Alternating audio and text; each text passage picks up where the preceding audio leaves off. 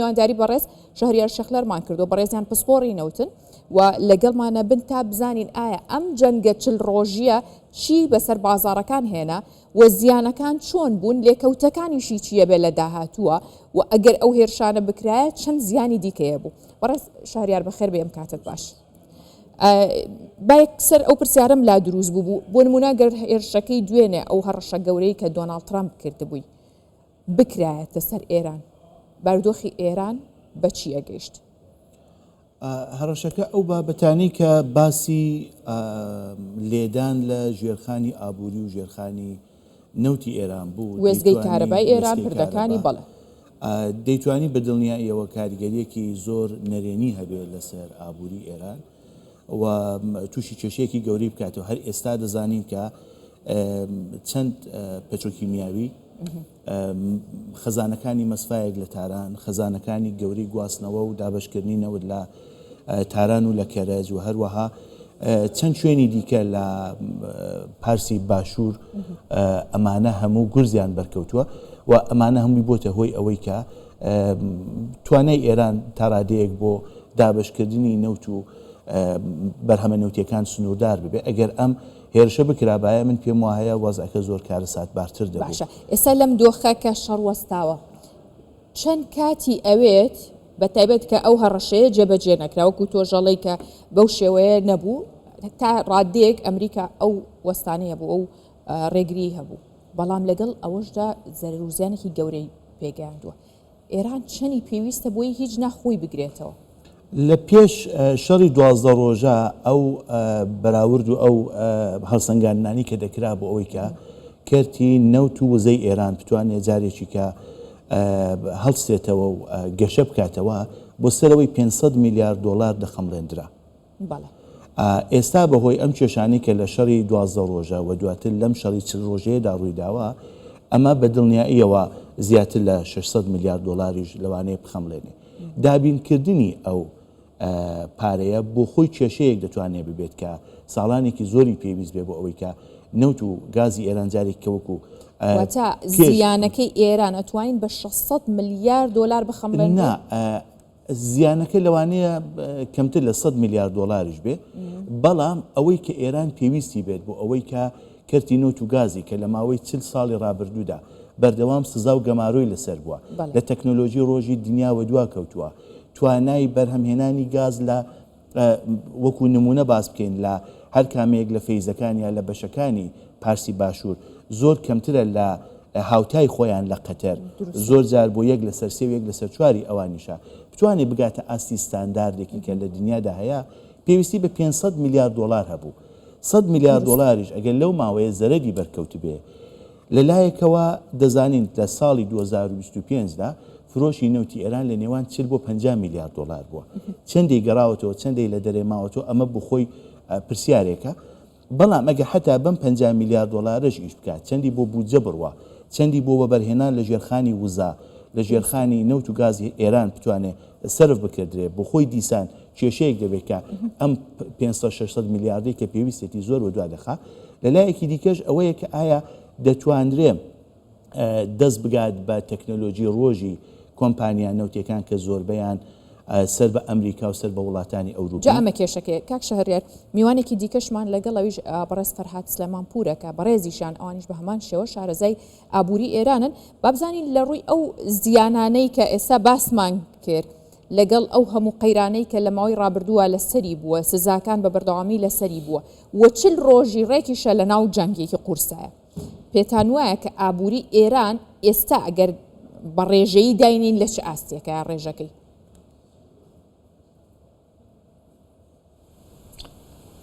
ببوورە مەبەستت ڕێژەی زەرەرەکەیە؟ بەڵێ بێگومان ئێستا ئابووری ئێران ڕێژەی زیانەکەی چەنە و بەگشتیش دوای ئەوە بەرەو چه ئاراستەیەکە ڕوا ئابووری ئێران لەگەڵ ئەو قەیرانەی پێشووتریە و لەناو ئەو جەنگەی کەتیایە بووە؟ بۆ خۆی بەر لە شەڕەکە وەکو ئەزانین و میوانەکەشتان وتی ئابووری ئێران لە قەیرانە بوو، ئەوەی کە دوو دیاردەی هاوکاتیایە هەیە، یەکێکیان بێکاریەکی زۆر بوو، یەکێکی دیکەشیان هەڵاوسان بوو و نرخی گەشەش نەگەتیڤ بوو. ئەوە دۆخی ئابووری ئێرانی نیشانەدا. ئێستا لە پەیوەندی لەگەڵ زەرەرەکان لە ڕاستیا هەتا ئێستا خەمڵاندنێکی ورد نییە، چون یەک ڕۆژە ڕاوەستاوە، بەڵام لە شەڕی 12 ڕۆژە بۆ نمونە نزیکەی 650,000 خەڵک بێکار بوون و ئەوەی کە تقریبەن خەمڵاندنی بۆ کراوە بەهۆی ئەم کێشەی کە لە وێستگەکان و لە هی پۆڵای ئێران لە بەشێکی دراوە و ئەخەمڵێنێ کە نزیکەی 2 ملیۆن کەسیش بێکار بێت. بەڵام ئەگەر بتەوێ وەکو ژمارە ئەمە ئاماژەی پێ بکەین لە ڕاستیا جارێ ئەو ژمارەیە ناتوانین بکەین. بەڵام بێگومان ئەوەی کە ئەنجامی ئەم لێدانوشتا بێ لە بێکاریەکە دەرەکەوێت لەبەرەوەی هەر بۆ خۆی ئەو کۆمپانیانەی پۆڵە بەشێکی زۆر خەڵکیان تیا بێکار بووە کەوا خەڵێنن نزیکەی لە چەندانەیەکیان نزیکەی 20,000 کەس ڕاستەوخۆ و ناڕاستەوخۆش 50,000 کەسی تیا بێکار بێت و هەروەها شەریکەی ئۆتۆمبیلسازی و دوای ئەوەش بیناسازی ئێران لەبەرەوەی پشتیان بە کەرەستەی خاوی پۆڵا بەست ئەوانش بە هەمان شێوە تووشی کێشە ئەبن و بێکاری زۆرە بێ لەو. باشە کاک فەرهاد، ئەگەر ئەو هەڕەشانەی دۆناڵد ترامپ کردی بە خاپوورکردن و وێرانکردنی وێزگەکانی کارەبای پردەکان و ژێرخانی ئابووری پێ دوا بوو کە ئابووری ئێران بەرگەی ئەو جەنگەیە گرت، بەرگەی ئەو هەڕەشە و هێرشە قورسەیە گرت؟ ئابووری ئێران لە قەیراناژی بەرگەی نەدەکرد، یعنی دەیڕوخان لەوەی کە هەیەکەواتە پاڵ نەربوو بۆەوەی کە داوا بکات ئاگربەس، چونکە لە نوێترین لێدواندا یەکێک لە سەرکردەکانی ئێران ڕایگەیاندووە کاڵێ ئەگەر چوارچێوەیەک بۆ ئاگربەس دیاری بکرێت لەوانەیە ئێران ڕۆژی پێنجشەمەیان هەینی پێش کۆبوونەوەی لەگەڵ ئەمریکا لە پاکستان گەروی هورمز بکاتەوە، کەواتە ئەمە نەرمینواندن و چۆن هەنگاوێکە بۆی کە بیەوێت ئاگربەس بکرێت، چونکە پێی وایە کە نەبەرگەی هێرشێکی قورسرەگرێ نەبەرگەی ئەوەشەگرێ کە گەروی هورمزی داخستووە نەتوانێت هیچ شتێکی دەست بکەوێت، بە تایبەت لەوەی کە ئەڵێ ئەگەر کەشتیەک تێپەڕێ توانین ئێمە بیمەیلەوە یاخود با بڵێن باجی بخەینە سەر بەم شێوەی کە خۆی ئەوێت. واتە ئەمە ئەکرێت دەری بخات کە ئابوووریەکەی لە دۆخێکی زۆر خراپایە بۆیە توانێتی ئەو هەنگاوە بنێ؟ لە ڕاستیە بۆ خۆی ئەوە کام لایەن زۆر داوای ئەو ئاگربەسەیان کردووە، هەردوو لە ئەویان ئەڵێ ئەمریکا داوای کردووە، ئەمەش ئەمریکەکانیش ئەڵێن ئێران پاڕاوەتەوە بۆ ئەو ئاگربەستە، بەڵام کە سەیری لێدوانی ئەوانەی سپای پاسدارانەکەی بۆ دەرەکەوێ بەو شێوازە نییە کە ئەمریکەکان ئەڵێن. دوای ئەوەش لەم 2 هەفتە کە دانیشتن و ئەوانە ئەکرێت زیاتر ڕوون ئەبێتەوە کە ئایا ئێران چه ئاراستەیەک ئەگرێتە بەر و ئەو داواکاریانەی کە ئەمریکا هەیبوو پێش لە شەڕەکەش بەوەی کە بۆیان نییە پیتانی یۆرانیۆم بکەن و دەبێ بەرنامەی موشکەکەیان سنووردار بکەن و دوای ئەوە دەبێ پاڵپشتی پرۆکسیەکان نەکەن. ئەم داواکاریانە ئێستاش هەیە، ئایا ئێران ڕازیە دەست لەمانە هەڵبگرێت؟ دەبێ ئێمە لەم ماوەی ئەم 2 هەفتە چاوەڕێی ئەوە بکەین بزانین ئایا ئەم وتوێژانە دەیانگەیەنێ بە یەک یان نەخێر. ئەمە دەرفەتێکی سەربازیە بۆ هەردوو لایەن، هەم بۆ ئەمریکا بە تایبەتی بۆ ئەمریکا لە ڕووی اقتصادیەوە ئێسای تر نەوت نرخەکەی هاتە خوارەوە، دواتر زەخیرە سازیەکی زۆر ئەکرێت لەم ماوەیە تا ڕادەیەک بەر لەو کێشانەی کە لە ڕووی اقتصادیەوە لە جیهانە زۆر باشە کاک فەرهاد پێشلەوانەگرێت بۆ ئێرانیش زۆر جێی سەرنجە بۆ ئێمە لە کاک شاریاریش بپرسم. کاک شاریار، کاک فەرهاد دەڵێ ئەمە وەکو دەرفەتێکی لێ بۆ خۆڕێخستنەوەی سەربازی، ئەی پێ دوایە ئەبێتە دەرفەتێکیش بۆ هەندێک کۆکردنەوە و قەرەبووکردنەوەی ئەو زیانە ئابووریەی کە لە داخرانی گەروی هورمز ڕوویداوە بە تایبەتی ئەو نەوتێکە لە کەنداوگیری خواردووە ئەبێتە دەرفەت بۆ ئەوە؟ زۆر دەرفەتێکی گەورە نابێت. ئەگەر سەیری دەیتاکان بکەین 172 ملیۆن بەرمیل ئێستا نەوت لە 187 دانا کەشتی تانکر لە ناو کەنداو ڕاوەستاوە و نزیکەی 343 میلیۆن بەرمیلیش نەوت ئێستا زیاتر باشتر بڵێن زیاتر لە 340 میلیۆن بەرمیل نەوت ئێستا لە کۆگاکانی ئانشۆر ینی کۆگاکانی ناو وشکانی وڵاتانی کەنداو ئەمانە خەزم کراوە یعنی ئێستا نزیکەی 500 میلیۆن بەرمیل نەوت لەو ناوچەیەدا هەیە ئەگەر هەر بپێی خێرایی جاران ڕۆژی 14 میلیۆن 15 میلیۆن بەرمیل نەوتیش تەنانەت 20 میلیۆن بەرمیل نەوتیش بڕوا بەس بەتاڵکردنی ئەو شتێک کە تاوکن ئێستا خەزان کراوە زیاتر لە 20 ڕۆژ 25 ڕۆژی دەوێت ئەوە خاڵی یەکەم خاڵی دووەم ئێستا تەنیا 6 دانە کەشتی بەتاڵ لە ناو کەنداودا هەیە کە ئەمە تەنیا 50 میلیۆن بەرمیلی پێڵ دەگیرێت واتە پێویستەکە کەشتی لە دەرەوەی کەنداو بێتە ناو کەنداوەوە ڕابوەستێت بەسەرا ئەم جارجا بچێت نوتی خۆی وەربگرێت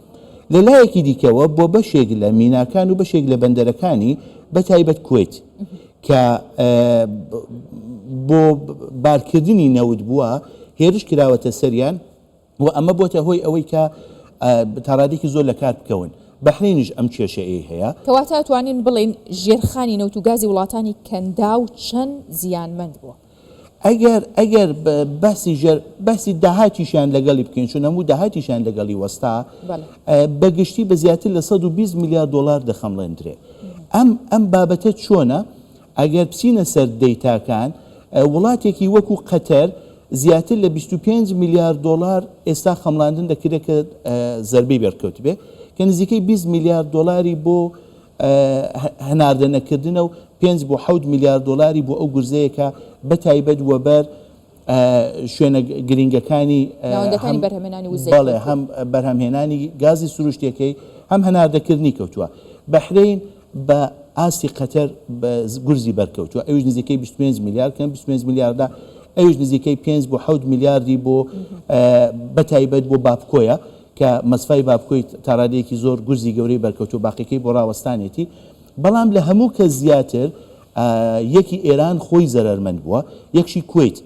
کوێیت دوودانە مەسفای گەورەی هەبوو کاتێک مەسفاکەی هێرشی کرایە سەر و ئێستا ڕاوەستاوە مینایەکی گەورەی هەبوو کە میناکەی کێشەی کەوتوێتە سەر هەروەها کوێیت ڕۆژانە 1 میلیۆن و 500 هزار بەرمیل بەس نەوتی دەنارد و نزیکەی 600 بۆ 700 هزار بەرمیلیش بەرهەمی نەوتی هەناردی دەرەوە دەکرد بۆیە کوێیت بەسەرەوەی 6 میلیارد دلار تەنانەت تا 100 میلیارد دلاریش لە بەشێک لە خەمڵاندنەکاندا دەکرێت عێراق و ئیمارات و ئەمانەش هەمووی سەرەوەی 12 میلیارد دلار بە زەرەری هەناردەنەکردنیان بەرکەوتووە لەو ماوەیەدا و هەروەها ئەو گورزەی کە وەبەر ژێرخانەکانی ئابووریان کەوتووە بۆیە دەتوانین بەسەرەوەی 120 میلیارد دلاری دابنین کە ئەم 120 میلیارد دلارە جگە لە دابینکردنی پارەی لە سێ بەشێک لە کێشەکان 3 بۆ 4 مانگ بەشێکی لەوانەیە تا زیاتر لە 2 ساڵی پێ بچێت تا چاک دەبێتەوە بە تایبەت بۆ ئەو ژێرخانەکانی بەرهەمهێنان و بارکردن و گواستنەوەی قەتەر کە گورزێکی گەورەی بەرکەوتووە و هەروەها بۆ مەسفاکانی کوێیت لەبەر خاتری ئەوە ئەگەر بینی بێتمان ئێستاش بازار زۆر بە ئارامی زۆر بە هێمنی معاملەی کردووە لەگەڵ ئەم گۆڕانکاریانە لە تەنیا تاوکنێنەوە 2 دلار هاتوو زیاتر دانە بەزیوە چون ئێستاش بازار متمانی بەوەی نییە کە ئەم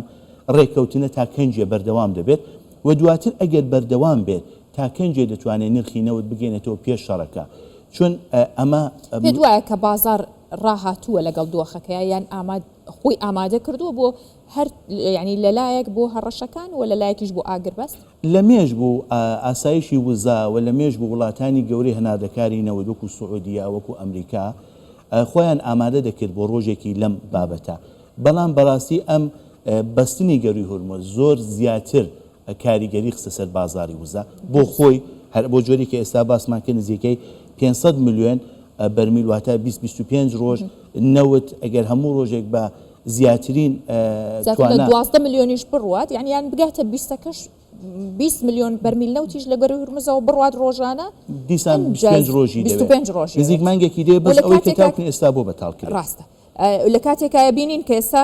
وێنەی ڕاستەوخۆی گەروی هورمزە کە ئێمە ئەبینین جوڵەی کەشتیەکان نییە زیاتر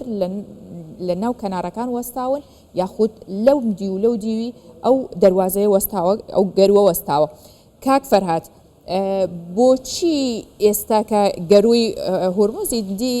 تا ڕادێکی زۆر لە ژێردەستی ئێراندایە و بۆی کراوەتەوە پێت وایە کرانەوەی و ئاساییکردنەوەی هاتوو چۆ لەو گەروەدا کاریگەریە بێت لەسەر ئابووری ئێران خۆی یاخود بۆ ئەو زیانێکی زۆری نییە بۆیە بەردەوامیە داد بە فشارەکانی لەسەر ئەو گەروە لە ڕاستیە ئەوەی ئێران بۆ خۆی توانیەتی ئەم ماوەیە ئەو گەروە کۆنتترۆل بکات یعنی توانای ئەوەی هەبووە و دوای ئەوەش ئەمریکیەکان لە ڕووی سەربازیەوە بۆ خۆیان نەیان دەویست ئەو کێشەیە ئەوە نەقوڵ بکەنەوە دەیانویست زیاتر ئەو وڵاتانەی کە زەرمەندی نەوتە بن وەکو ئەوروپیەکان وەکو چین وەکو هیندستان وەکو خودی وڵاتانی عەرەبی کە هەناردەکاری نەوتن بێن و هاوکاری بکەن بۆ کردنەوەی ئەو بازارە بۆ ئێرانیش لە ماوەی ئەم شەڕە دەستیان ئاوەڵا کرد کە نەوت بفرۆشێت و ئەگەر ئێستاش بهێڵن ئەو نەوتەی بفرۆشێت و دواتریش ئەوەی کە خۆی ئەڵێت سپای پاسداران ئەڵێ لەمە بە دوا دەبێ هەر کەشتێک لەوێەوە ئەڕوا بەشێکی زۆری پارە بدا بە ئێمە و بەشێکیشی بدات بە عومان ئەگەر لە ڕاستیە ئەوەها بهێڵن بۆی بە قازانجی ئەبێت و ئەو داهاتە نەوتەی بۆ ئەگێڕێتەوە بەڵام ئەوە دیسان ئەکەوێتەوە سەر ئەوە ئایا دەیانەوێت لە ڕێگەی سزاکانەوە وەکو پێشتر نەهێڵن ئێران ئەوە بکات پێش لە نەوتەکەی بگرن یان وەکو ئەم ماوەیە کە بۆ هی شەڕەکە هێشتیان و نزیکەی 1.5 ملیۆن تا 2 ملیۆن بەرمیل نەوتی توانیوە ئێران لە ماوەی ئەم شەڕا بفرۆشێت باشە کاک فەرهاد دۆناڵد ترامپ ئەڵێت ئێران ئەتوانێت دەست بکاتەوە بە بوژانەوەی ژێرخانەکەی پێت وایە ئەتوانێ یان ئەمە وەکو تەنز ئامێزێکە کە پێی وتووە ئەگەر ئێران لەگەڵ ئەمریکا ڕێک بکەوێت بەو شێوازەی کە ئەمریکا ئەیەوێت وەکو ئەو سێمەرجەی کە باسمان کرد و دوای ئەوە ئەگەر اقتصادەکەی بەڕووی جیهانا بکاتەوە دواتر بە تایبەتی بەڕووی ئەمریکای تر کێشە دروست نەکات بۆ ئیسرائیل بۆ پێ دوایە کە ئێران ئەچێتە ژێر ئەوانە هەڵ بگرێت و دوای ژێر ئەو ڕێکەوتنەوە یاخود دوای ئەوەش وەڵا دەبێت چاوەڕێ بکەین بزانین چۆنەکەن ئەگەر بۆ خۆی بە پێی لۆژیک چاو لە بابەتەکە بکەی دەبێت خۆی ئێران بۆ ئەوەی فشاری لەسرە بۆ ئەوەی اقتصادەکەی یەکجار ئەوەیە لە بەرژەوەندی هی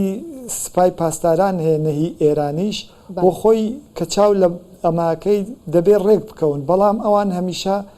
بە شێوازێکی نانۆرمال کاریان کردووە و ناجزانین لەم ماوەی ئەم 2 هەفتە بەڕاستی چۆن ڕێئەکەون ئەو بەشەی کە ئێستا لە سپای پاسدارانن ئەو جارە چۆن بیر ئەکەنەوە دەیانەوێت چی بکەن ئایا پێداچوونەوە بە خۆیانە ئەکەن و شێوازێکی دیت بگرنە بەر یان نەخێر هەر لەسەر شێوازی پێشترە ڕۆن کەواتە ئەکرێت لە دوای ڕێککەوتنی یەکەم یان دانیشتنی یەکەم ئەگەر ڕووبات ئێمە هەندێک بەرچاوڕوونیمان هەبێ بەڕێز فەرهاد سلێمانپور شارەزای ئابووری ئێران لە هەولێرەوە ڕاستەوخۆ لەگەڵمان سوپاس بۆ بەڕێزدان کاک شەهریار شەخلەر بەڕێزیشان سوپاس بۆیە بەس حەزم کرد دوایین پێشبینی تۆ یاخود ڕای تۆ وەرگرم لەسەر ئەم شێوازەی ئێران واتە ئەم ئێرانەی کە ئێستا هەیە هەم بە ڕووخاویەکەی هەم بەو گورزە گەورەی کە بەری کەوتووە پێ دوایە ئەشێت هەنگاوی خێرا بنێت لە ڕێکەوتنەکەیە بۆ بژانەوەی ژێرخانەکەی یاخودنا ڕاستیەکەی زۆر ئەستەمە خوێندنەوەی پلانەکان چون بەڕوونی نازانین چێ دانوستان لەسەر بنەمای ڕژێمەکەی پێش نازانین چێ سیاسەتەکاندا دەڕێژێ بەڵام بەلای منەوە ئەستەمە باش زۆر سپاس بۆ بەڕێستان کاک شەهریار شەخلەر سپۆڕی نەوت و گاز لەگەڵمان سپاس بۆ ئێوە بەخێر هاتن